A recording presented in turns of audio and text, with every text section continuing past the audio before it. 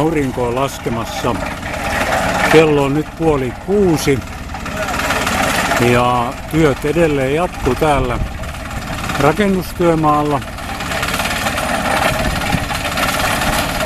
Olemme saamassa tämän valun tehdyksi varmasti ennen pimeää.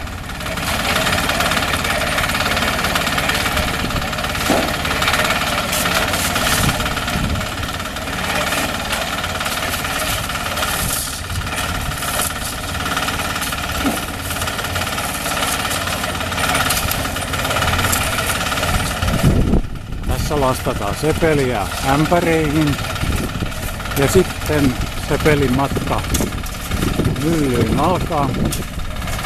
Sinne laitetaan myöskin sementtiä ja hiekkaa.